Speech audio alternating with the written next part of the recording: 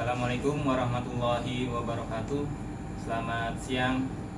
Yang saya hormati dosen penguji uji kinerja pendidikan profesi guru dalam jabatan Kementerian Agama batch 3 tahun 2025.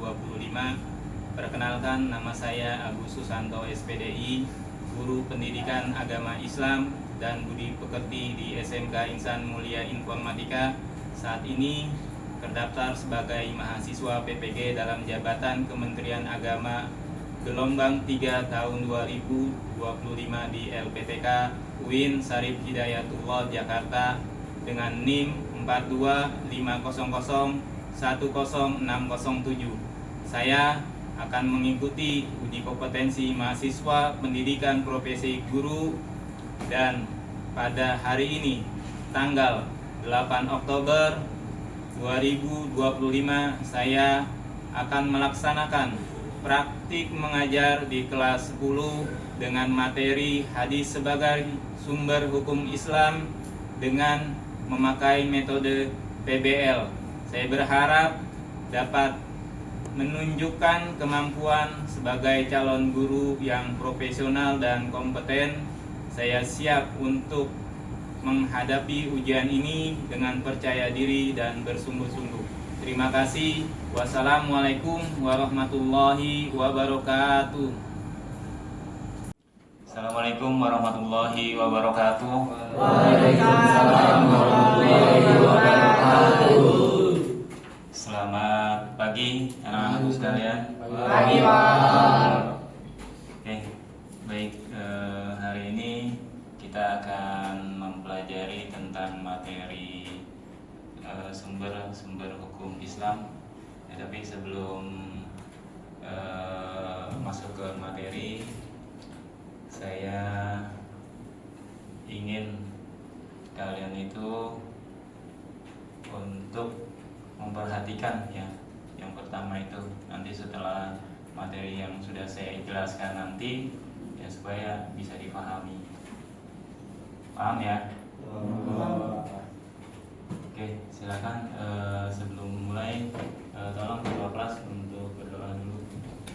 Mari teman-teman, sebelum belajar sebaiknya kita membaca doa terlebih dahulu. Membaca doa menurut agama dan kepercayaan masing-masing. Doa dimulai. Selesai. Memberi salam. Assalamualaikum warahmatullahi wabarakatuh. Waalaikumsalam warahmatullahi wabarakatuh. Oke, baik, saya absen dulu. Fardan, Hadir. Ladira, Muhammad Arfan, Hadir, Pak. Muhammad Rasyaditya,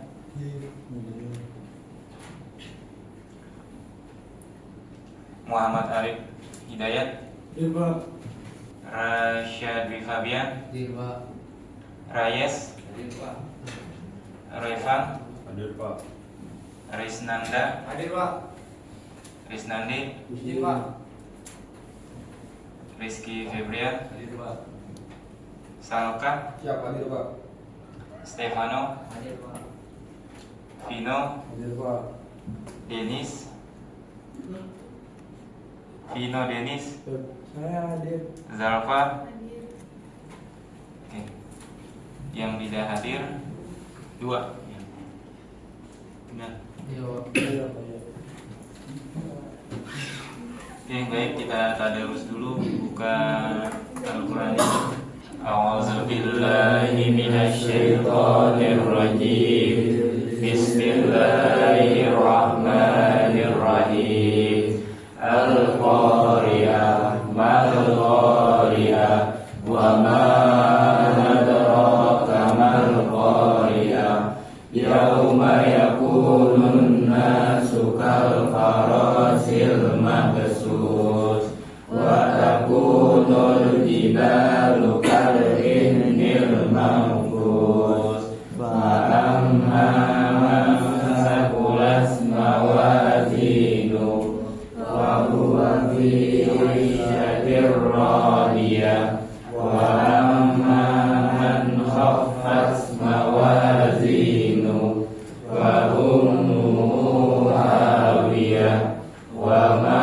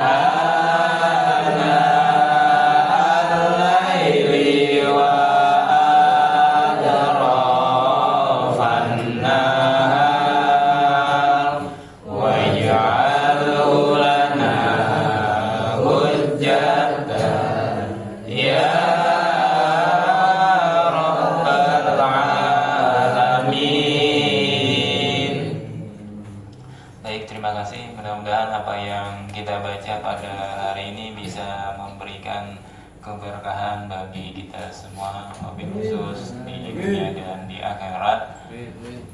Amin ya robbal alamin. Oke, sebelum itu saya akan menyapa kalian semua. Gimana kabar kalian semuanya? Alhamdulillah.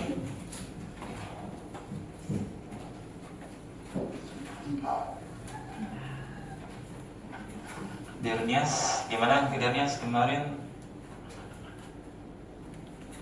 Nggak hadir? Sakit Pak, Sakit. Oke. Sakit apa Dirnias? pusing, ngomong Pusing sama ya, mudah-mudahan kedepannya ya selalu diberikan kesehatan. Muhammad Arfan Rizkullah, gimana kabarnya hari ini? Alhamdulillah baik, Pak. Alhamdulillah baik. Semangat pada hari ini mengikuti pelajaran saya. Semangat. Udah persiapan? Sudah saya kasih materinya sebelumnya kan? Ya, sudah dibaca semuanya? Ya, alhamdulillah. Jadi nanti tinggal penjelasan dari saya saja ya. Oke, terima kasih. Ini aja ya. Sahabat pada pagi hari ini kita langsung masuk ke free test saja ya. Kalian siapkan handphone kalian ya, kita nanti ke Mentimeter. Silakan ya, silakan kalian tulis apa yang kalian ketahui tentang sumber hukum Islam ya. Bawahnya kalian kasih nama.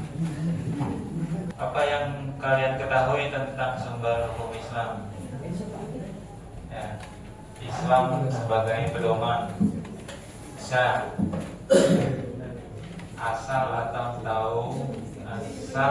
dasar hukum Islam. Ini saya nggak paham. Nah, kalau dikatakan dasar-dasar hukum Islam masih bisa. Ya. Dari Al-Quran untuk pedoman, ya, bisa. Hadis dan Al-Quran, ya, bisa. Pedoman bagi umat Islam, benar. Ya. Pedoman dalam Islam, bisa. Hadis dan Al-Quran, bisa. Hadis dan Al-Quran. Hukum Islam itu mutlak, bisa.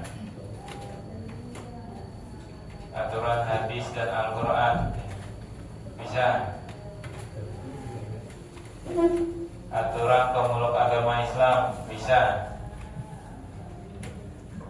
Pedoman bagi umat, bisa. Oke, itu ya. Ya, ini sumber hukum Islam ya. Pedoman hukum Islam yang pertama adalah Al-Quran ya. Al-Quran. Kedua adalah hadis. Ketiga ijma ulama, kesepakatan para ulama. Yang keempat adalah kias, hukum kias ya. Dari segala sesuatu yang terjadi ya di zamannya Nabi ya, terjadi di saat ini, nanti ada pengkiasan ya. Ada kita samakan dengan kejadian-kejadian yang waktu itu pada zaman Nabi. Yang hukum sekarang ya itu belum ada. Banyak perubahan-perubahan zaman yang bisa terjadi dari keputusan-keputusan syar'i ya. Hukum-hukum Islam itu bukannya fleksibel ya, tapi sesuai dengan zamannya ya. Al-Quran pun begitu ya. Walaupun diturunkan 14 abad yang lalu ya, tetap ya sesuai ya dengan kebutuhan di zaman sekarang. Hadis adalah pedoman hidup setelah Al-Quran Yang pertama yang harus difahami adalah Nabi Muhammad adalah uswah atau suri tauladan sebagaimana dijelaskan dalam Al-Qur'an, laqad kana fi Rasulillahi uswatun hasanah liman kana yarjullah wal yaumal akhir wa zakarallaha katsiran. Sesungguhnya telah ada pada diri Rasulullah Shallallahu Alaihi Wasallam suri tauladan yang baik bagi kalian ya. Laqad kana lakum ya, bagi kalian, yaitu bagi orang yang mengharapkan rahmat Allah dan kedatangan hari kiamat, dan dia banyak berzikir kepada Allah Subhanahu wa taala. Kenapa? Ya, hadis itu ya, jadi sebagai sumber hukum Islam. Salah satunya yang pertama ini. Karena ada uswah, ada suri tauladan pada diri Nabi Muhammad. Kenapa dijadikan sebagai sumber hukum Islam yang kedua? Ya. Sebagaimana yang dijelaskan dalam Al-Quran surat Al-Ahzab ayat 21 ya. Yang kedua, ya, Nabi Muhammad adalah pembawa atau produk hukum ilahi, hukum Tuhan. Sebagaimana dijelaskan dalam Al-Quran ya. Setelah Allah menurunkan Al-Quran ya, secara bertahap ya, secara bertahap ya. Ya, isi dalam kandungan Al-Quran itu banyak ya. Ada yang kisah ya, ada yang hukum ya. Termasuk yang kedua ini ya, Mayutil harusnya syokot atau Allah ya. Barang siapa yang taat ya kepada Rasul, maka sesungguhnya ia telah mentaati Allah Subhanahu wa taala. Wa man tawalla ya, fa arsalnaka alaihim hafizah. Tugasmu untuk menjadi pemelihara bagi mereka ya. Jadi bagi orang-orang yang tidak taat kepada Rasul, ya Allah sudah memberikan jangan pada Nabi, ya tidak akan menjaga mereka. Ya. Maksudnya mereka itu orang-orang yang tidak mau mentaati Rasul. Ya, zaman dulu banyak ya orang-orang yang memusuhi Nabi Muhammad di awal-awal dakwahnya Nabi di Mekah ya. Itu banyak ya yang sangat memusuhi Nabi ya. Makanya Allah sudah menegaskan ya, Farma arsalnaka alaihim hafizah ya. Nabi itu tidak akan menjadi seorang penjaga ya, tidak akan mengurusin orang-orang yang tidak taat kepada Nabi, tidak akan ya, menjaga. Kalau emang nggak mau taat ya, kalau emang mau dijaga ya ikuti ya, apa anjuran-anjuran yang dikatakan oleh Nabi Muhammad SAW. Ya. Yang ketiga adalah Nabi Muhammad sebagai penyempurna akhlakul karimah, sebagaimana dijelaskan dalam sebuah hadis, innama bu'istu liutammima makarimal akhlak. Sesungguhnya aku diutus untuk menyempurnakan kemuliaan akhlak. Riwayat Al-Baihaqi dari Abu Hurairah radhiyallahu anhu. Ini yang ketiga ya, pendahuluan di mana hadis itu bisa menjadi sumber hukum yang kedua ya dalam Islam. Ya, ini merupakan pedoman ya, bagaimana kita bisa memahami kenapa sih hadis ya jadi pedoman atau jadi sumber hukum Islam. Ya salah satunya tiga ini ya yang saya rangkum ya, yang bisa menjadikan pertimbangan bagi kalian untuk mempelajari hadis ya, dan mempelajari sumber hukum Islam ya. Salah satunya adalah hadis.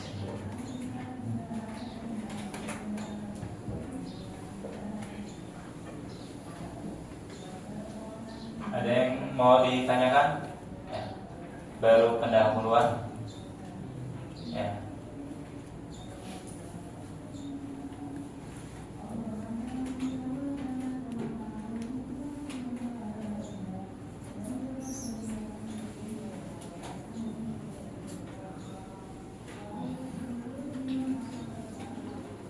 Ini pengertian hadis ya.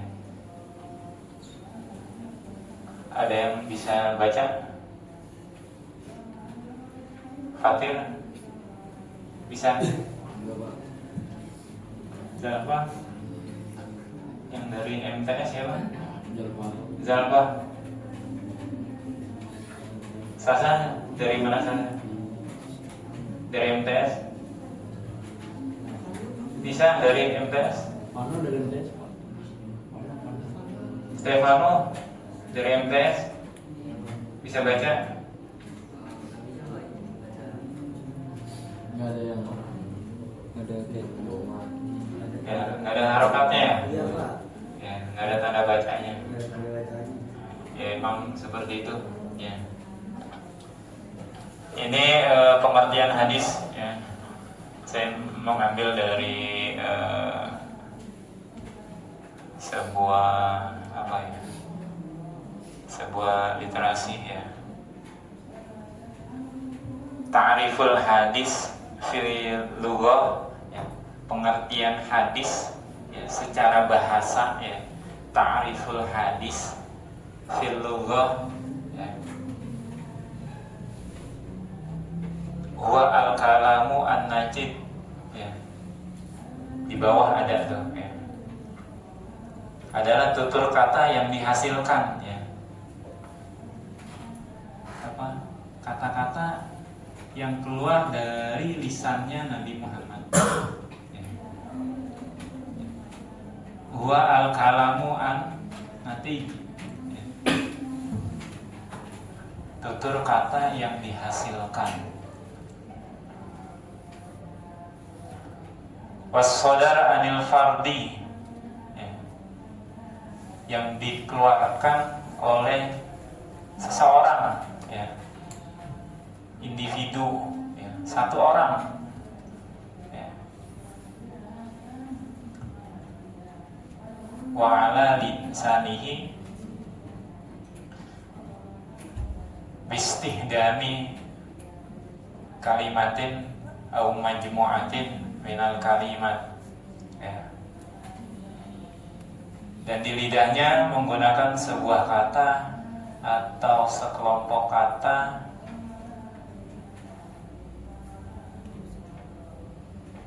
ya. Dari lidahnya ya, mengeluarkan sebuah kata atau sekelompok kata ya. Jadi ada kadang Nabi itu mengucapkan itu sedikit ya, cuma darul fasad ya, tinggalkan yang jelek ya. Kadang ada ya, kata-kata Nabi itu kadang-kadang keluarnya sedikit ya, nggak banyak, tapi maknanya dalam ya, yang dikatakan dalam ya, yang dikatakan dalam. Kadang-kadang la dororo wala diroro ya. Jangan berbuat keburukan terhadap orang lain dan terhadap diri sendiri. Gak banyak yang diucapkan oleh Nabi ya. Tapi maknanya dalam.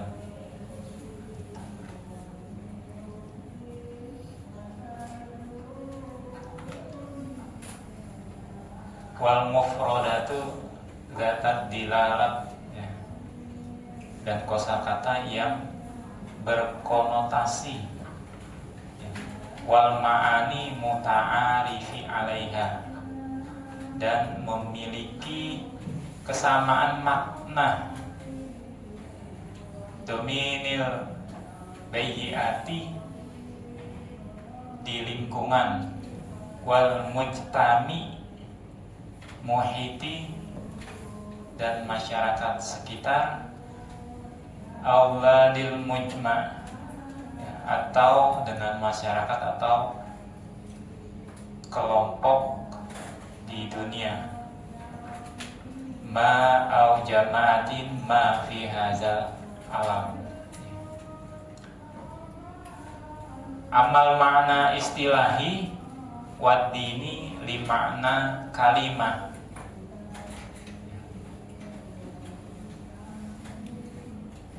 Tadi di atas kalau secara bahasa ya, tutur kata yang keluar dari lisannya seseorang ya, tapi kalau secara istilahi adalah amal makna istilahi wa dini li makna kalimatil hadis fahuwa masdarur rais wal wahid alladzi takumu wa qamat alal asasi sunnati nabawiyah asyarifati. Ya. Adapun makna istilahi ya, makna syar'inya ya, dari kata hadis adalah sumber utama ya. Fahuwa masdarur raisi al-wahidi ya. Sumber utama dan satu-satunya di mana sunnah Nabi Sallallahu Alaihi Wasallam ya, didirikan berdasarkan kepadanya ya. Wa huwa kullu ma warada an khatimil mursalin sayyidina wa sayyidil bashar ajma'in ya.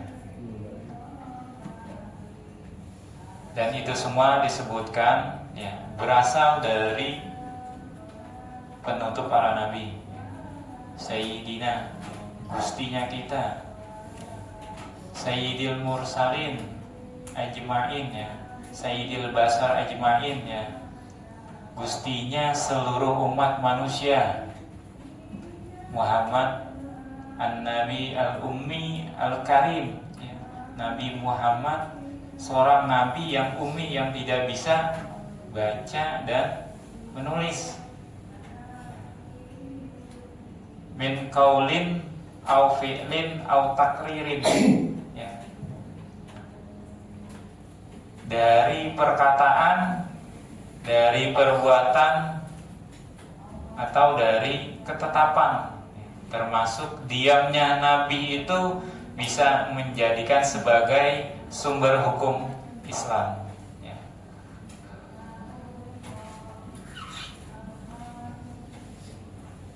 Kalau secara bahasa, hadis itu tadi ya, sesuatu perkataan yang keluar dari seseorang.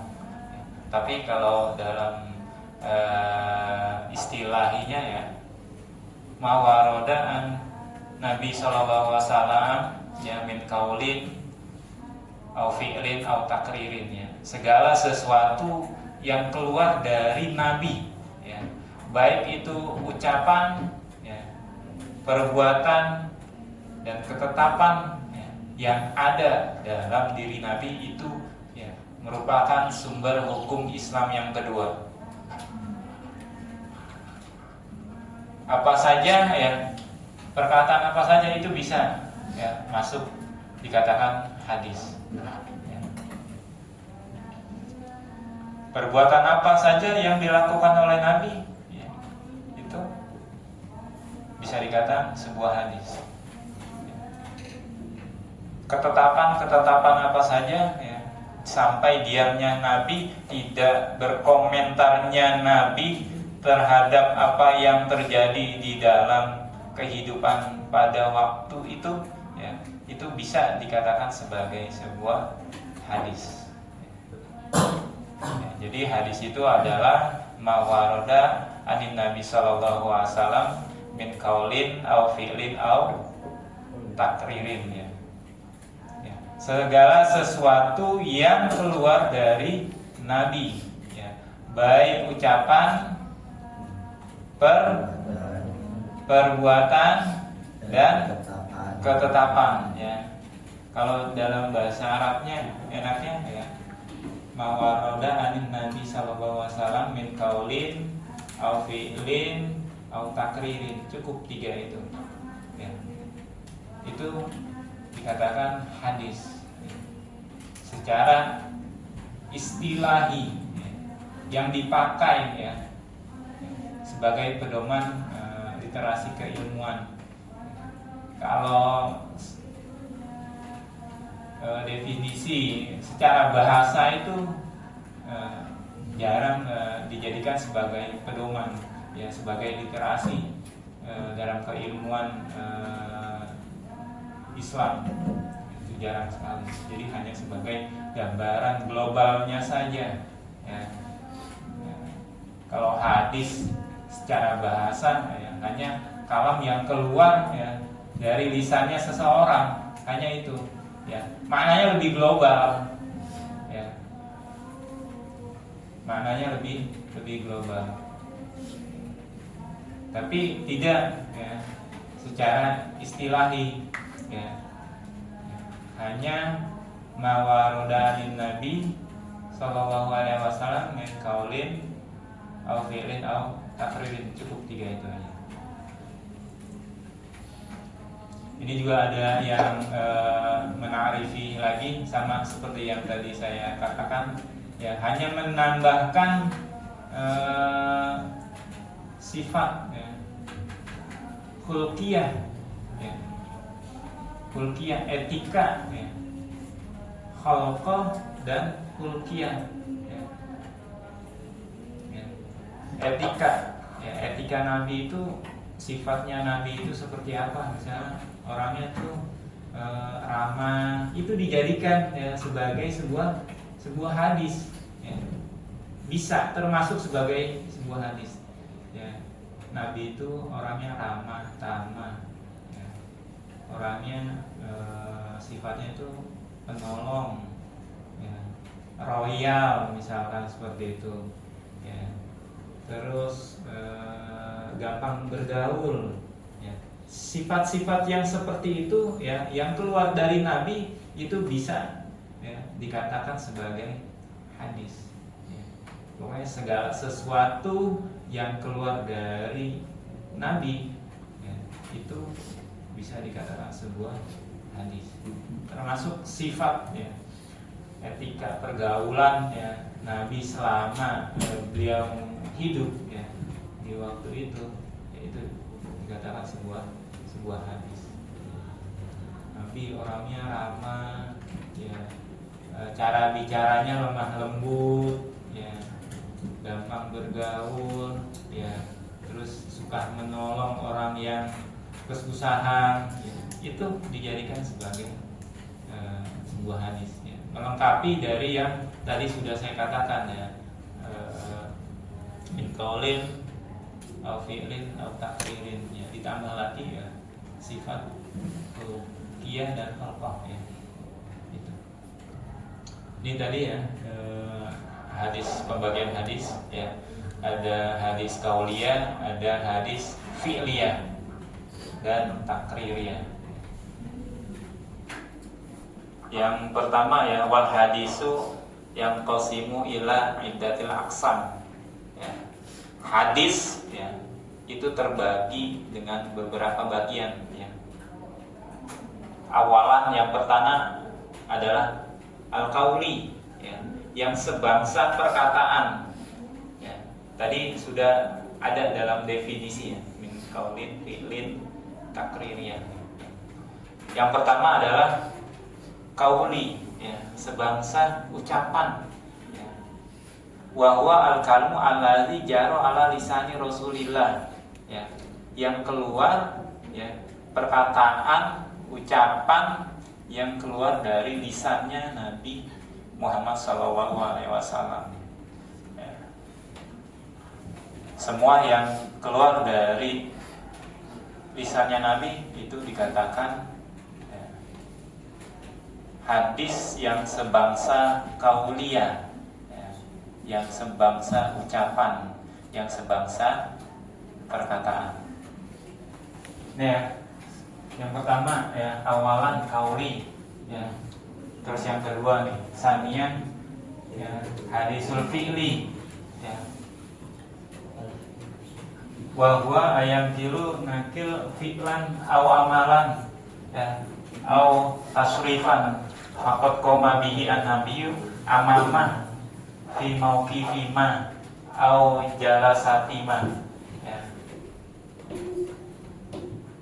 Yaitu perpindahan dari gerakan, ya, fi'lan perbuatan atau gerakan, amal, atau perbuatan juga, ya, tindakan, ya, au tasrifan, ya, atau gerakan-gerakan, ya, apa yang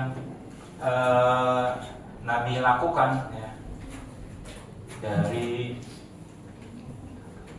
perbuatan, ya, atau kegiatan, ya, atau bentuk apa yang keluar dari Nabi itu, ya, masuk dalam kategori yang kedua, yaitu hadis yang sebangsa pekerjaan atau perbuatan, ya, atau bentuk, ya.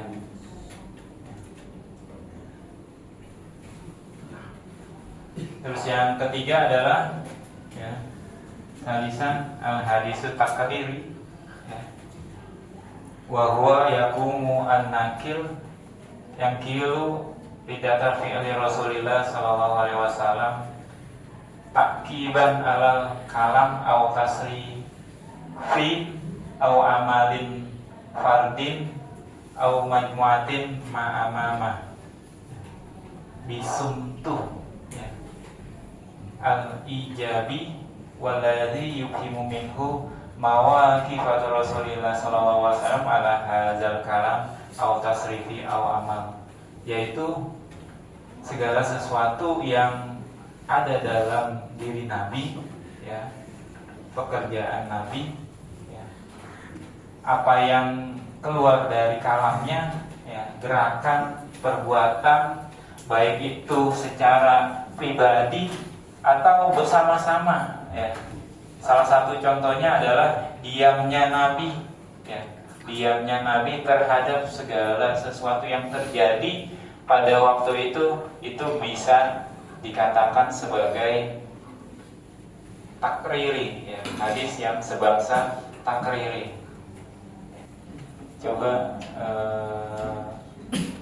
Arif, baca Arif. Dan hadis tersebut terbagi menjadi beberapa bagian. Pertama, qauli, yaitu ucapan yang diucapkan Rasulullah SAW pada suatu kesempatan atau situasi, dan hadis qauli didapatkan secara verbal atau ucapan dengan kata-kata yang sama dari Rasulullah, atau dapat memiliki arti atau makna yang sama. Yang kedua,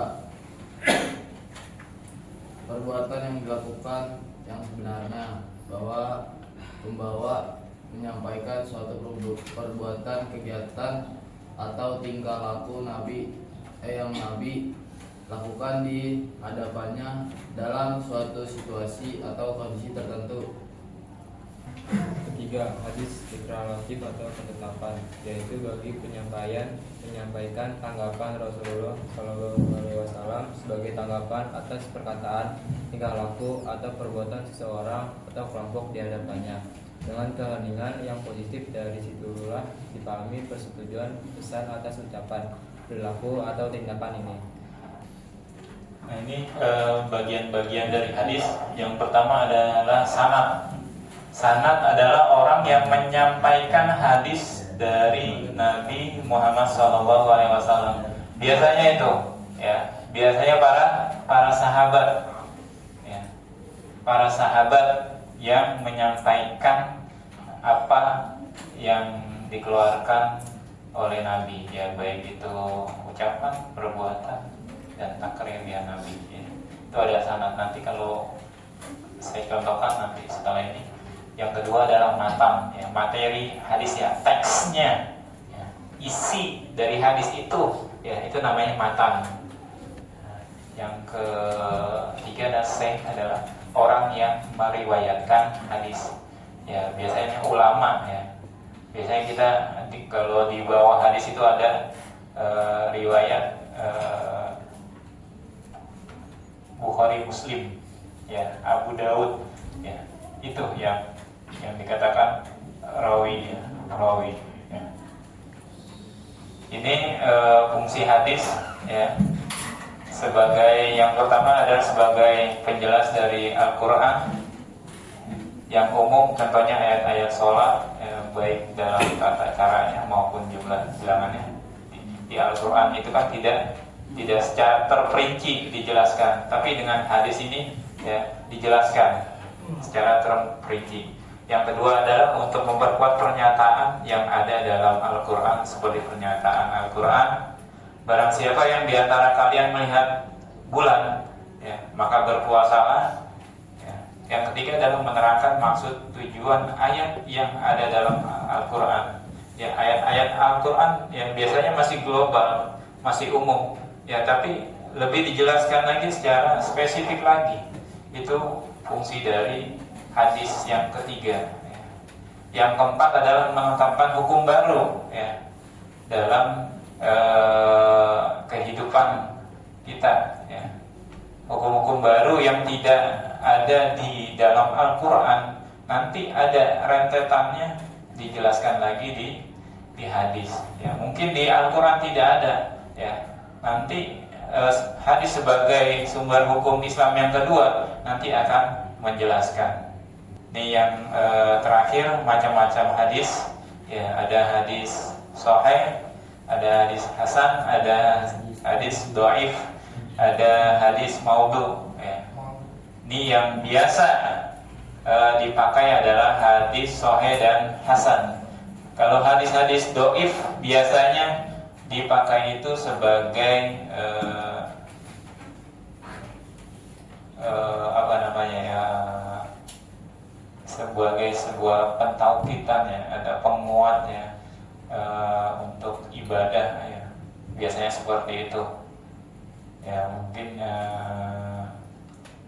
ada sebuah hadis, ya, yang meriwayatkan tentang keutamaan sholat, ya. Itu biasanya seperti itu, ya, sebagai penguat aja, sebagai supaya kita, ya, umat Islam itu, ya, bisa melaksanakan ibadah-ibadah, ya, dengan kegiatan yang lebih, gitu, ya, ada girohnya, ada semangatnya, ya.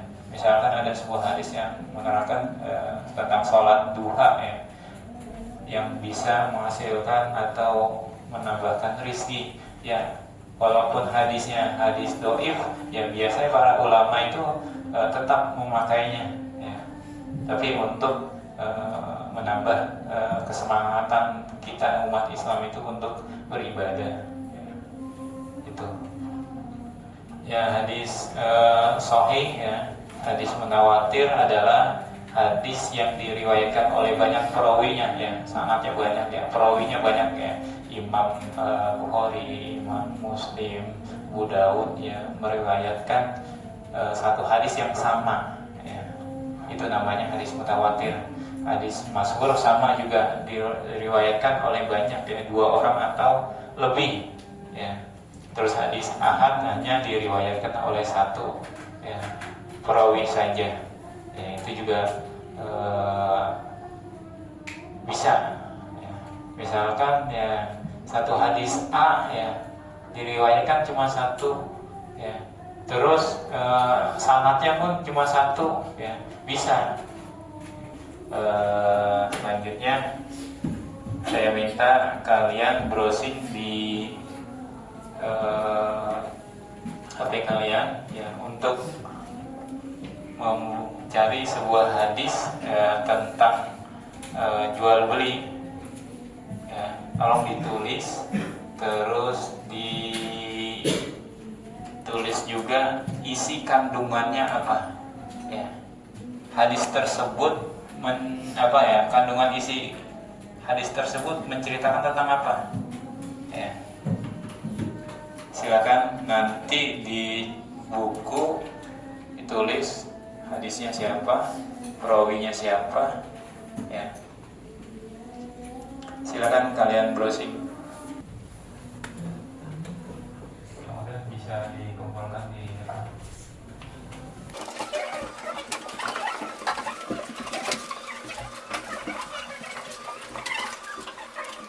Dan kesimpulannya dari materi pada hari ini adalah menjelaskan tentang sumber hukum Islam yang kedua, yaitu hadis. Ya. Tadi sudah ada definisinya hadis itu apa? Jadi, segala sesuatu yang keluar dari Nabi dalam bentuk ucapan, perkataan, ya, perbuatan atau tingkah laku. Terus ada yang ketiga adalah takriri. Ada ulama lain yang menambahkan ya etika, perilaku Nabi, ya, itu bisa dijadikan sebagai sebuah hadis. Ya. Tadi ada pembagian hadis, ada tiga ya, dari kauli, fi'li, takriri. Ya, itu juga pembagian dari hadis lagi ya, ada sana, ada mata, ada rawi. Ya, itu ya, ketiga itu. Ya, saya berharap kalian ya jangan sampai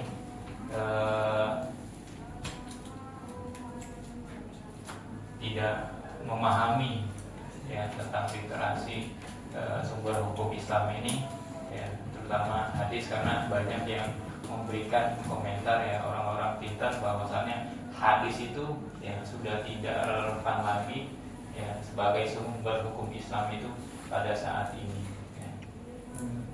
Ya, jangan sampai terbawa ke arah yang negatif yang bisa mendiskreditkan tentang Islam itu sendiri. Ya, sebenarnya masih banyak ya, masih ada ijma, masih ada kias.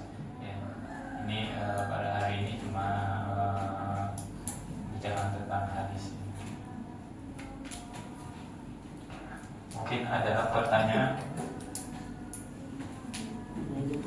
Ada pertanyaan? Alhamdulillah sudah semua. Mari kita akhiri pembelajaran pada pagi hari ini. Mudah-mudahan bisa memberikan pengetahuan bagi kalian semua tentang hadis, bisa memberi kemanfaatan juga bagi kalian ke depannya. Sebenarnya banyak ya yang harus kita pelajari tentang hadis ini. Baik, mari kita tutup aja. Mudah-mudahan kedepannya kita bisa lebih baik lagi. Terima kasih. Assalamualaikum warahmatullahi wabarakatuh. Waalaikumsalam warahmatullahi wabarakatuh. Sebelum selesai, balik lagi ke kelas bawah. Tolong Ternias untuk doa penutup. Mari teman-teman. Mari teman-teman, sebelum balik ke kelas, sebaiknya kita membaca doa terlebih dahulu. Membaca doa dimulai. Selesai. Memberi salam. Salam.